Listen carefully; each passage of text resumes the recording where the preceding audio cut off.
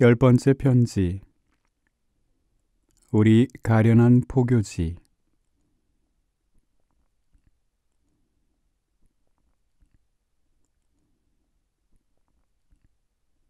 동골에서 1854년 11월 4일 예수 마리아 요셉 지극히 공경하올 리브와 신부님께 우리의 착한 선교사 장수 양 신부님의 너무나 슬픈 별세 소식과 그 밖의 소식 등에 대해서 신부님께 반복하여 말씀드리지 않겠습니다. 르그레주와 신부님께 보내드린 제 편지를 읽으시기 바랍니다. 장수 신부님이 도착하심으로써 1853년 8월 12일자 사부님의 편지를 받았습니다. 공경하올 페레올 주교님의 별세로 우리가 시리에 빠져 슬퍼하고 있을 때 새 선교사 한 분이 입국하여 우리한테 오시는 것을 볼 수 있어서 얼마나 기쁘고 큰 위안이 되었는지 모릅니다. 그 신부님 편으로 사부님의 편지도 받아 읽었고 다른 여러 신부님들과 그분들의 활동 이야기도 들었습니다. 그러나 오랜 항해에서 얻은 병으로 지치고 탈진하신 불쌍한 선교사 신부님의 모습을 볼 때 우리는 무척 두렵고 걱정이 되었습니다. 우리 가련한 포교지는 왜 이다지도 불행합니까? 장수 신부님이 우리나라에 들어오시기 위해 그렇게도 많은 고초를 그처럼 여러 해 동안 겪으시다가 천신만고 끝에 겨우 입국하셨으나 단 하루도 성한 몸으로 편안히 지내지 못하고 고생만 하시다가 우리 곁을 떠나셨습니다. 조선에서는 조정이나 온 백성이 우리 선교사들과 우리 성교회를 몹시 비난합니다. 왜 선교사들이 몰래 입국하고 왜 몰래 가르치며 은밀히 신앙을 실천하는가 하는 것입니다. 저들에게는 천주교가 가증스럽고 수치스러우며 서양에서도 아무 가치가 없는 것으로 보이는 모양입니다. 우리가 가르치는 종교와 우리 서적에 기록된 교리는 어떤 내용이든지 한결같이 백성을 기만하기 위해 발명해낸 교활한 속임수라고 조선 사람들은 생각합니다. 천주학쟁이들은 서양 나라의 군주들이 모두 열심한 천주교인들이라고 자랑하고 있다. 그런데 그 말이 정말이라면 왜 그 군주들이 사소한 일을 위해서는 많은 함선을 중국과 일본 그리고 우리나라에 자주 보내면서 인생의 가장 크고 중요한 문제인 종교에 대해서는 아무 일도 하지 않는가? 만일 선교사들이 굉장한 함선을 타고 공계리에 떳떳하게 조선에 들어오고 또 저들이 조선에서 전교할 수 있도록 프랑스 정부가 충분한 증명을 들어서 조선 정부에 부탁한다면 그들의 임무 수행에 아무런 장애도 받지 않을 것이다. 진정으로 프랑스 정부가 천주교를 조선에서 공인받고자 한다면 틀림없이 조선 정부는 이것을 들어줄 것으로 확신한다고 조선 사람들은 한결같이 말합니다. 지난 봄 세 학생을 강남 거룻배에 태워 상해로 보냈는데 그들이 신학교까지 무사히 도착하였는지 모르겠습니다. 그들은 건강하게 잘들 있는지요? 신학교 교장 신부님은 우리 신학생들 각자의 성격을 지금쯤 잘 파악하셨을 줄로 압니다마는 제 편에서 교장 신부님에게 알려드리고 싶은 것이 한 가지 있습니다. 그 학생들 중 김요한이라는 학생은 잔재주가 많고 성격이 불안정합니다. 일찍 바로잡아주지 않으면 버림받을 위험이 있어서 상당히 염려가 됩니다. 또 학생들이 모두 그리스도인의 겸손을 잘 깨닫도록 이끌어 주십시오. 조선에서는 사람들이 겸손을 이해하지 못합니다. 조선 사람들은 참된 인간성에 대한 관념을 갖고 있지 못합니다. 인간의 본질을 정당하게 평가할 줄도 모르며 오로지 인간의 존엄성과 가치를 세속적이며 외적인 영화와 부귀 공명에서 찾습니다. 우리 포교지는 신자들 중에서 신분의 차이로 서로 질시하고 적대시함으로 분열이 일어나서 큰 걱정입니다. 그리스도교 신덕과 형제애가 부족하고 계속되는 논쟁과 암투와 증오로 신자 공동체가 와해되고 비건설적으로 소모되고 있습니다. 이 폐단을 시정할 무슨 대책은 없는지요? 그대로 내버려 두었다가는 우리 포교지에 큰 손실을 초래하겠습니다. 사부님의 편지에 보면 장수 신부님 편에 상본과 십자고상과 성패 등을 보낸다고 쓰셨는데 저는 아무것도 받지 못하였습니다. 하여간 다음 기회를 기다리겠습니다. 우리가 분노의 그릇이 되지 않고 하느님 자비의 아들들이 되기를 바랍니다. 마침내 언젠가는 천국에서 만나 뵙게 될 하느님 아버지를 이 세상에서도 뵙게 되기를 바랍니다. 그리고 비록 목숨을 버리는 한이 있더라도 낙심하지 말고 적어도 하느님 아버지를 영원히 떠나지 아니하도록 저와 가련한 조선 신자들을 위해 많이 기도해 주십시오. 공경하올 사부님께 지극히 미약한 종 최 토마스가 올립니다. 11번째 편지. 부모님의 순교 행적에 대해. 베론에서 1855년 10월 8일. 예수 마리아 요셉, 지극히 공경하올 르그레주아 신부님께. 금년에는 신부님들한테서 어떤 편지도 받지 못하였습니다. 무슨 연유로 우리 연락원들이 상해로부터 소식을 가지고 올 거룻배를 하나도 만날 수 없었는지 알 수가 없습니다. 지난번 우리는 연락원들을 거룻배에 태워 상해로 보내놓고 오롯한 마음으로 초조하게 기다리고 있습니다. 우리 연락원들은 상해에서 베르누의 새 주교님을 영접하는 동시에 신부님들에 대한 기쁜 소식과 또한 새로운 우리 협력자 선교사들을 모셔오기 위해 떠났던 것입니다.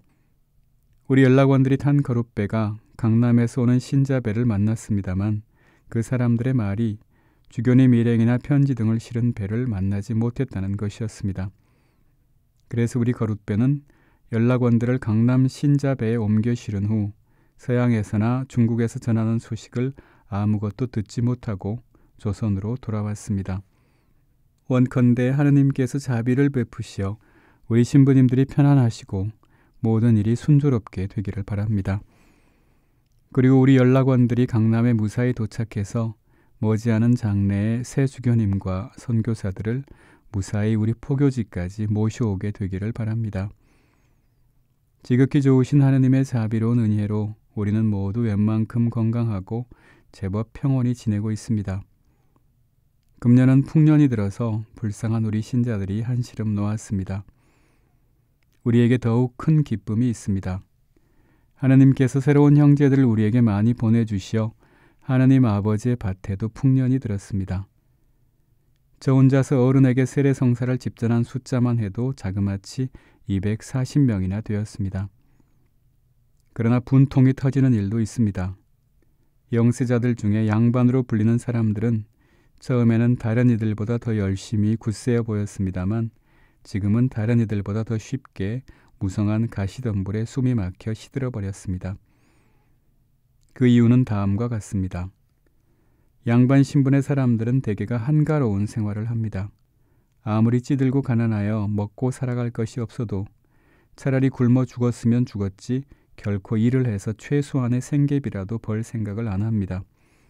그래서 횡령과 사기와 착취로 살아갑니다. 희생으로 삼을 재물감을 찾아다니면서 한데 어울려서는 도박과 주색 잡기에 푹 빠져 지냅니다. 우리는 저들이 입교하여 그리스도의 멍에를 짊어지면 하느님의 법에 따라 그 전에 방탕한 생활을 벌이도록 강요합니다. 그런데 그들은 정직한 직업을 가지고 생계를 꾸려나가기에 유익한 전문 기술이 전혀 없거나 전문 기술자가 될 소질이 없습니다. 그래서 벌써 먹을 것 없는 처지이니만큼 굶주림에 못 이겨 이전에 못된 버릇으로 되돌아가는 경우가 흔합니다. 그렇게 되면 이전보다도 더 나쁜 사람이 됩니다. 요즘 우리 조정에서는 별다른 간섭 없이 신자들을 내버려 두고 있습니다. 왜냐하면 그들에게는 훨씬 중요한 일이 많아서 늘 분주하기 때문입니다. 지금은 왕의 조상묘 8기를 이장하는 것이 논란의 대상이 되고 있습니다. 땅의 기흉을 관찰하는 우리나라 직관들이 하는 말을 들으면 임금님 조상들의 묘자리가 불길하여 그 후손들이 번창할 수 없으므로 묘들을 이장해야 한다는 것입니다. 자손들이 훨씬 더 크게 번성할 묘자리를 직관들이 찾아다녔는데 공교롭게도 꽤 큰 읍내에 있는 어떤 곳이 가장 좋은 명당으로 선정되었습니다. 그래서 그 읍내에 사는 주민들이 송두리째 쫓겨나 다른 데 가서 살 수밖에 없게 되었습니다. 이미 죽은 지 여러 해가 지난 현 임금님의 고조부에게 왕의 칭호를 추존하느냐 마느냐 하는 논란이 몇 달 전에 있었습니다. 그 고조부는 대신들의 당파 싸움 와중에 반란을 모의한 역적으로 몰려 그의 부친이 살아있을 때 사형을 당했습니다. 그때 그 왕자를 처형하는 데 주동했던 대신들의 후손들이 지금 조정에서 가장 큰 세력을 지니고 있습니다. 그래서 자기들의 조상들이 무죄한 왕자를 불의하게 사형에 처했다는 비난을 받지 않게 하려고 그 추존을 완강히 반대하였습니다. 그래서 추존 문제를 제일 먼저 주장한 자는 귀양을 갖고 그 추존을 찬동한 나머지 천여 명은 벼슬자리를 잃어버리고 형편없이 처량하게 지내고 있습니다. 우리 대신들은 이러한 일이나 이와 비슷한 일들을 가지고 끊임없이 서로 헐뜯으면서 날을 보냅니다. 또는 아무 쓸데도 없는 새로운 법률을 제정하는 일에 골몰합니다. 몇 달 전에는 한 가지 법을 정하였는데 교자를 타고 다니는 것을 금하는 것이었습니다. 이 우스꽝스러운 법률을 어긴 탓으로 어떤 사람들은 목숨을 잃었고 어떤 사람들은 귀양을 갔습니다. 그런데 지금은 백성들의 반대에 부딪혀 이 법이 흐지부지 되었고 몇 달 전부터 누구든지 교자를 마음대로 타고 다닐 수 있게 되었습니다. 이런 예를 볼 때 신부님은 이따위 정치인들이 다스리는 정부가 얼마나 한심하고 또 이런 못난 사람들에게 통치되는 불쌍한 백성의 처지가 얼마나 비참한가를 상상할 수 있으실 것입니다. 제가 받은 신부님의 마지막 편지에서 저의 부모님 곧 최 프란치스코와 이 마리아의 순교 행적에 대해 더 자세히 보고하라고 신부님께서 명하셨습니다. 그래서 저는 부모님의 체포, 투옥, 고문, 문초, 순교 등에 관한 경위를 더 자세하고 더 정확하게 설명할 수 있는 증인들을 찾아보았습니다. 그 증인들을 2명 찾아내기는 했습니다마는 제가 이미 보고드린 것보다 더 자세한 내용은 알아내지 못했습니다. 저희 아버지 프란치스코가 죽었을 당시 감옥에 프란치스코와 함께 수감된 사람 중 신자는 한 사람뿐이었습니다. 그 사람이 아직 살아있어서 프란치스코에 대하여 이렇게 증언하였습니다. 프란치스코가 마지막 고문으로 반죽음을 당하여 감옥으로 운반되어 왔습니다. 차츰 정신을 되찾아 신음하면서 자기와 함께 체포되었다가 고문에 못 이겨 배교한 자들에 대해 마음으로부터 매우 슬퍼하였습니다. 프란치스코가 처절하게 마지막 고문을 받은 지 사흘 후 함께 잡힌 동료에게 나는 오늘 죽을 겁니다.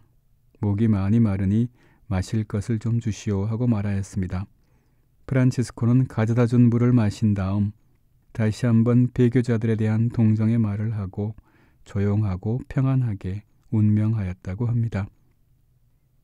저희 어머니 마리아에 관해서는 마지막 처형의 순간, 곧 목이 잘리던 순간의 목격 증인을 한 사람도 찾을 수가 없었습니다.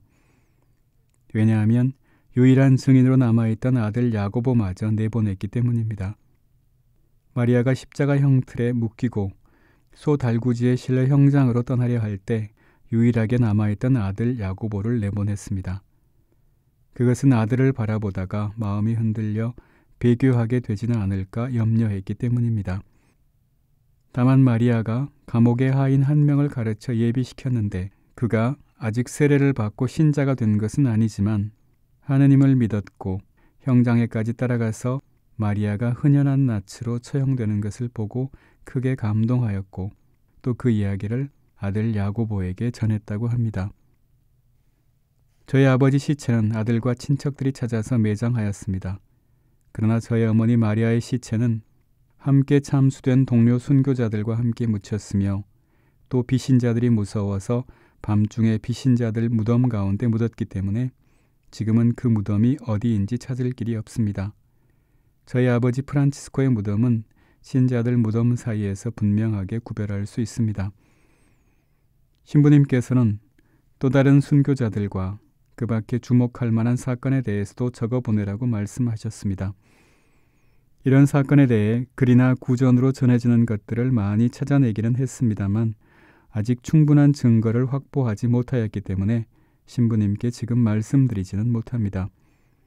이 다음 정확한 사실을 알게 되면 빠뜨리지 않고 보고드리겠습니다. 지금으로서는 신부님께 말씀드릴 것이 더 이상 없습니다. 우리는 새 주교원의 모시기만 초조히 기다리고 있습니다. 새 주교님을 통하여 듣게 될 신부님들에 대한 기쁜 소식도 고대하고 있습니다. 이번에는 너그러우신 신부님께 아무것도 청하지 않겠습니다. 지난번에 청한 것이 아직 도착하지 않았습니다. 그것이 도착하면 다른 물건들을 또 청하겠습니다.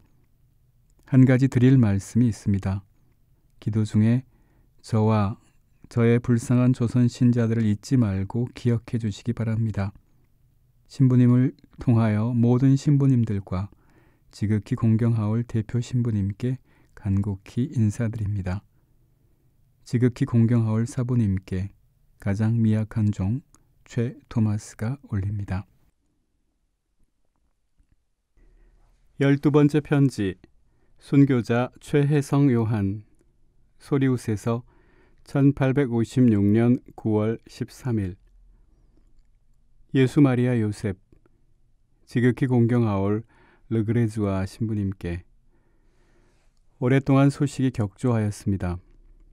이럴수록 더 많은 소식을 전해드려야 하는데 어찌된 영문인지 펜을 들기만 하면 모든 생각이 달아나고 맙니다. 무엇보다도 먼저 걷잡을 수 없는 마음의 기쁨을 표현하지 않고서는 못 베길 일부터 말씀드리겠습니다. 우리는 마침내 우리의 착하신 목자 캅사 명의의 베르누에 장주교님을 영접하였습니다. 일찍이 큰 서원으로 갈망하였으나 그 갈망이 실망으로 변하여 잊어버린 지 오래된 주교님을 하느님의 무한하신 자비로 마침내 우리 안에 모시게 된 것입니다. 그뿐 아니라 장주교님께서 새 선교사 2분을 우리의 새로운 협조자로 동반하고 오셨으니 한층 더 기쁩니다. 원컨대 그렇게 엄청난 자비를 베푸시는 하느님 앞에 우리가 부당한 자들로 여겨지지 않기를 바랍니다. 1854년 9월 신부님께 보내드린 편지에서 제가 신부님의 편지와 성물을 받았다고 말씀드렸습니다. 그런데 금년 존경하올 우리 장주교님이 오시는 편에 신부님의 회답이 없어서 제 마음이 불안합니다. 혹시 저의 편지가 신부님께 전달되지 못했는지요? 아니면 다른 무슨 이유 때문에 그렇게 되었는지요? 그런데 경애하올 극동대표부 책임자 바랑 신부님의 사망 소식을 듣고 참으로 애통한 마음 금할 수 없습니다. 하느님 앞에 매우 부당한 기도이지만 기도 중에 바랑 신부님을 잊지 않고 기억하겠습니다.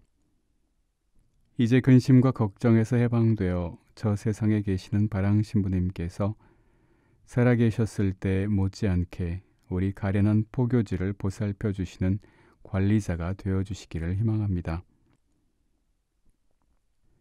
금년에는 하느님 자비하심으로 사목순회를 별 탈 없이 평온하게 무사히 마쳤고 상당히 많은 사람이 주님의 그물 안으로 들어왔습니다. 무려 180명이 넘는 어른이 거룩한 쉼터에서 몸을 씻고 그리스도의 양우리에 스스로 끼어들었습니다. 그러나 주님의 길을 가로막으려고 길을 쓰고 계속 소란을 피워대는 사탄의 난동도 있었습니다. 하루는 전라도 진밭들이라는 마을에 갔는데 그곳은 얼마 전부터 마을 사람 거의 대부분이 교리를 배우며 세례를 준비하는 중이었습니다.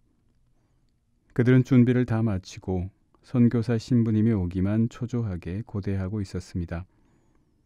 제가 저녁 나절에 신자 몇 명에게 고해 성사를 집전한 다음 유아 세례에 이어서 대세받은 아기들에게 세례 성사 보례를 집전하였습니다.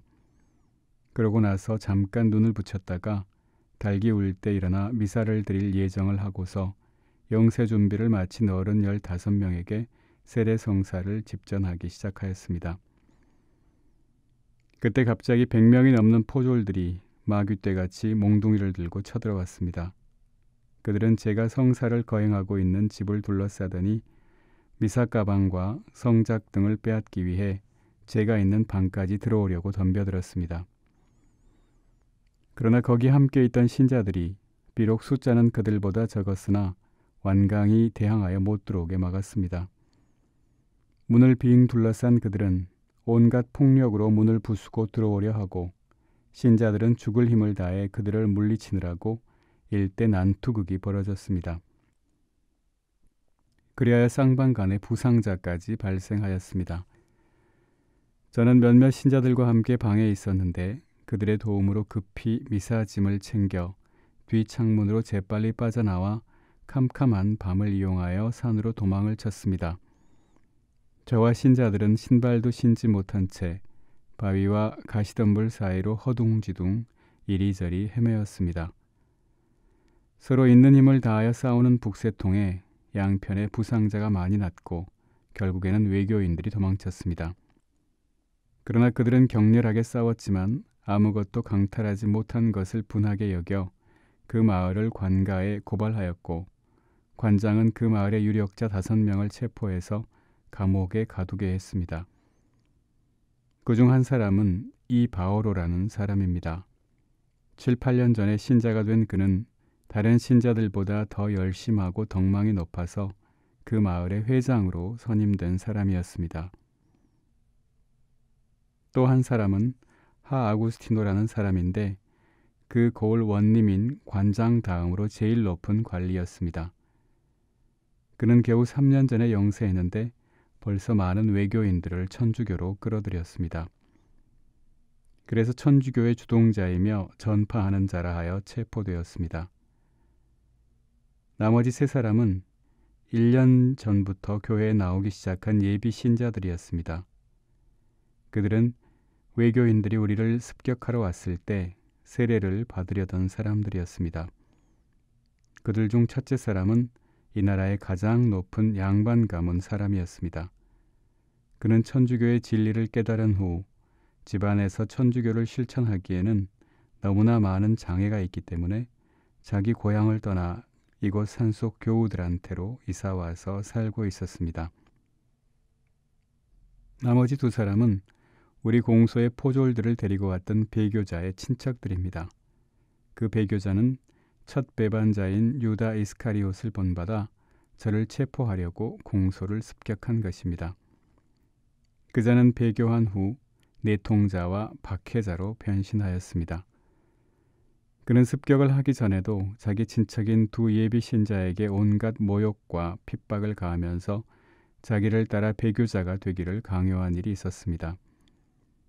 그러나 인내심이 강한 예비 신자 2사람은 끝끝내 항구하였습니다.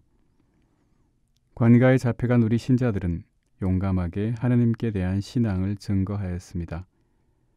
관원으로부터 하느님을 저주하라고 재촉을 받았을 때 그들은 이 세상의 임금님을 비방하여도 죄악이 되거늘 하물며 우주 만물을 지배하시는 하늘의 임금님이신 창조주께 욕을 한다는 것은 천상천하에 용납받지 못할 극악 죄죄입니다. 우리는 죽어도 그런 큰 죄악을 범할 수 없습니다. 하고 대답하였습니다. 그들은 한 차례 문초를 받은 후 다시 감옥으로 끌려갔습니다. 감옥에 갇혀 있는 동안 각자는 자기 부담으로 먹을 것을 마련해야 합니다. 그런데 그들 집안이 몹시 가난하므로 옥바라지를 하는 것은 매우 어려운 일이었습니다. 저희가 여유가 있다면 그리스도를 위해 갇힌 저 사람들을 도와주고 싶지만 그러하지 못하니 한숨밖에 나올 것이 없습니다. 신부님께서 편지를 보내주셨을 때 유럽 신자들에게 감동을 주거나 표양이 될 만한 조선 순교자들의 행적이 있으면 적어 보내라고 지시하셨습니다. 사건들을 수집하고 있습니다만 대체로 증인이 없어서 확증된 것을 많이 모으지는 못했습니다. 이번에는 한 사람에 대해서만 신부님께 말씀드리겠습니다. 그는 1839년 전 조선교회를 휩쓴 기해 대박해 때 순교한 사람입니다. 그는 시골에 살았던 관계로 왕도 사람들에게는 잘 알려지지 않았습니다. 그래서 그의 순교자들 행적을 수집하던 때에 순교록에서 빠졌습니다. 다행히 그의 행적을 구술하여 적어놓은 종이가 발견되었고 그의 아버지와 아내와 아들 그리고 친구들이 생존해 있으므로 충분한 증거를 확보할 수 있었습니다. 그 순교자 이름은 최혜성 요한입니다. 그는 충청남도 신자 부모에게서 출생하였습니다. 어려서부터 총명하고 부모에게 효도하며 이웃을 사랑함으로 모든 이에게 칭찬을 받았습니다. 첫 번 박해 때 그의 조부가 귀양을 가게 되어 온 집안이 그 조부를 따라서 귀양소까지 갔습니다.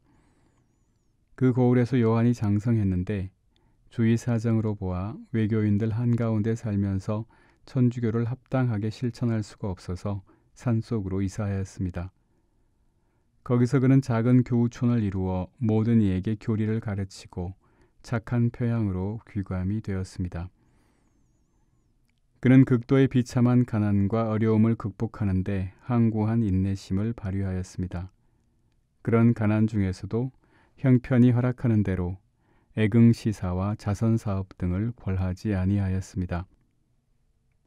천주교의 모든 본분을 이행하는 데 뛰어난 열성을 다하고 신자들을 격려하며 비신자들을 권면하는 데 온갖 노력을 기울였습니다. 마을에 선교사 신부님이 오셔서 성사의 은총을 받을 때에는 말할 수 없는 열심에 불탔고 형언할 수 없는 기쁨으로 충만하였습니다. 이 모든 덕행에 감동한 선교사 신부님이 그를 그 마을 회장으로 선임하였습니다. 견진 성사를 받은 후 그에게는 성령 칠은의 특은을 충만히 받은 증표가 나타났습니다. 주님을 위한 순교로서 자기 자신을 살아있는 희생 제물로 하느님께 바칠 의욕이 나날이 커졌습니다. 1839년 기해박해가 날로 더욱 악랄해지자 요한은 부모와 가족들을 좀 더 안전한 곳으로 피신시켰습니다. 그런 다음 교회 서적들을 가져오기 위해 다시 집으로 가던 중 포졸들과 마주쳤습니다. 포졸들이 요한이 신자인 줄 알아보고 체포하여 그에게 이웃 신자들을 고발하라고 윽박질렀습니다. 그러나 아무 소득이 없자 그를 관가로 끌고 갔습니다. 그는 포졸들한테 얼마나 매를 많이 맞았던지 온몸이 상처투성이었고 몸을 가누기조차 힘겨워하였습니다. 그러나 그는 영혼의 눈으로 예수께서 십자가를 지시고 골고타 산상으로 올라가시는 모습에 주목하였습니다. 그러자 잡혀가는 길목인데도 느닷없이 힘과 활기가 용솟음치는 것이었습니다.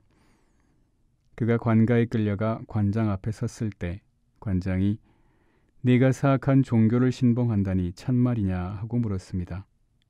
요한은 나는 사악한 종교를 믿지 아니합니다. 하늘의 주님을 섬기는 천주교를 믿을 따름입니다 하고 대답하였습니다. 형리들이 그를 고문하는 동안 관장이 너와 함께 천주교를 믿는 자가 몇 명이냐? 그들이 누구누구인지 이름을 대라. 그들이 어디 사는지 말하라 하고 다그쳤습니다. 요한은 저는 제 형제들을 고발할 수 없습니다. 우리 천주교는 어떤 방법으로든지 이웃을 해치는 일을 금합니다 하고 대답했습니다. 1차 문초가 끝난 후 감옥으로 다시 끌려간 요한은 포졸들과 군종들한테 숱한 매질과 행패를 당하고 기진맥진해졌습니다. 그는 며칠 후 다시 끌려 나와 문초를 받았습니다. 관장이 네가 천주를 배반하면 나라의 착한 백성이 되겠고 너의 모든 재산을 되돌려 줄 것이며 상금까지도 보태줄 것이다 라고 구슬렸습니다. 요한은 저는 관장께서 온 고을을 다 주신다고 하셔도 하느님을 결단코 배반하지 않겠습니다 하고 대답했습니다. 그래서 편태를 자그마치 100대 이상이나 맞고 감옥에 다시 갇혔습니다.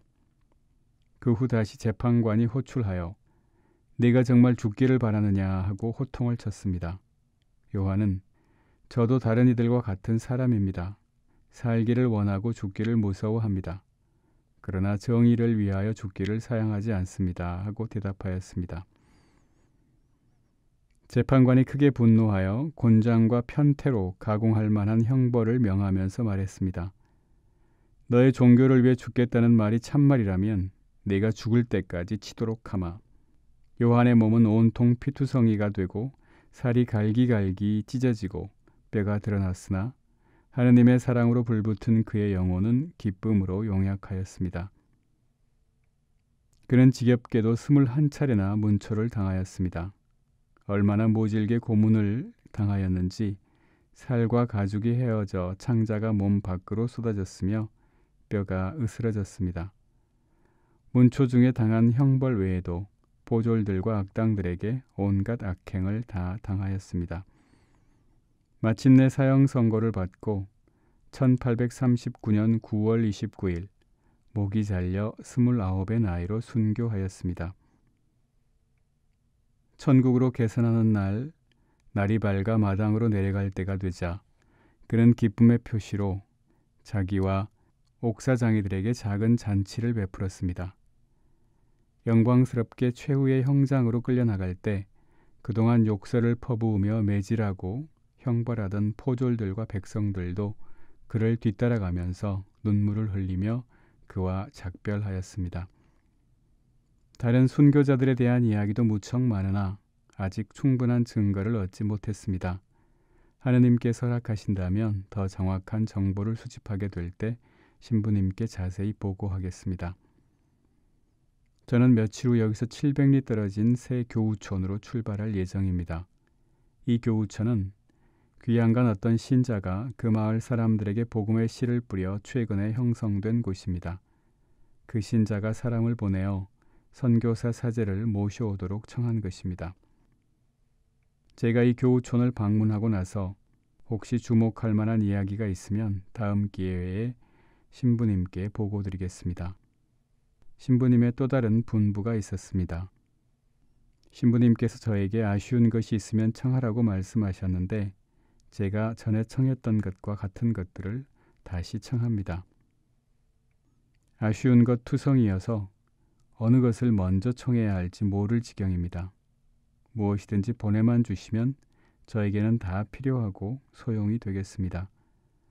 그러나 다른 것보다 하느님의 자비가 저와 우리에게 필요합니다. 이를 위하여 저와 저의 가련한 조선 신자들을 신부님의 사랑이 넘치는 기도에 다시 의탁합니다. 공경하올 사부님께 지극히 미약한 종 최 토마스가 올립니다.